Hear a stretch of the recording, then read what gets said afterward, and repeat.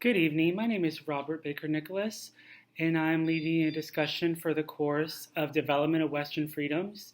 And the discussion topic of is the concept of Western civilization relevant for today? I feel that the concept of Western civilization is relevant for today. Historians have been debating the various definitions of Western civilization.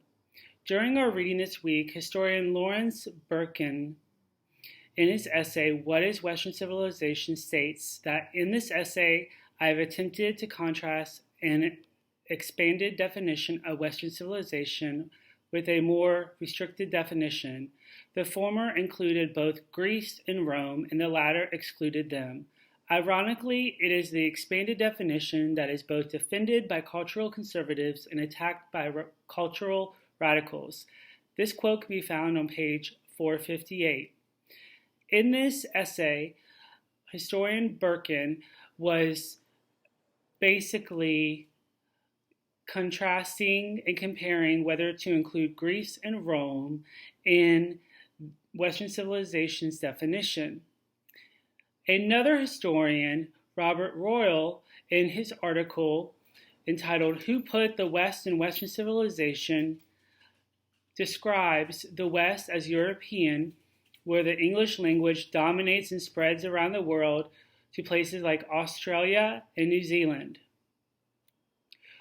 My next point of interest when dealing with why Western civilization is still relevant today deals with the study of Western civilization.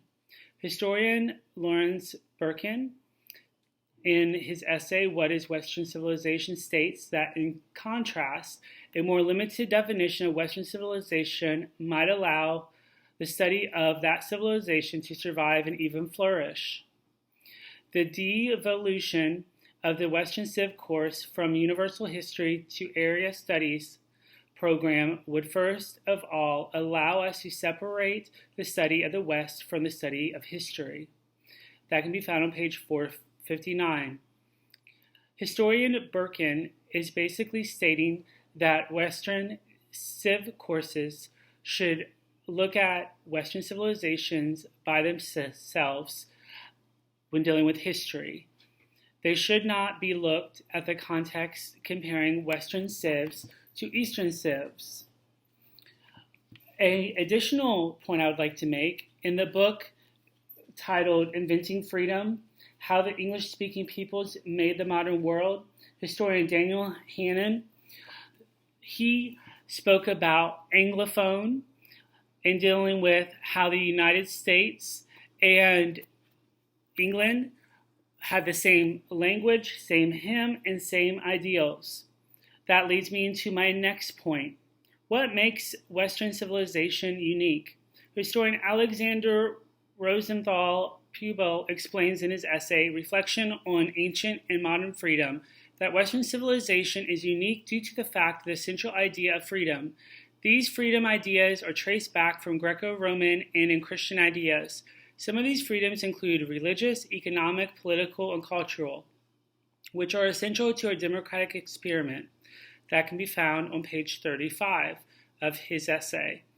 It's important to note that these can be also traced to the English Bill of Rights, to the Magna Carta, to our U.S. Bill of Rights, to the U.S. Constitution, and also be found in the Declaration of Independence. I appreciate you taking your time to listen to my discussion on this topic. Thank you, and have a wonderful evening.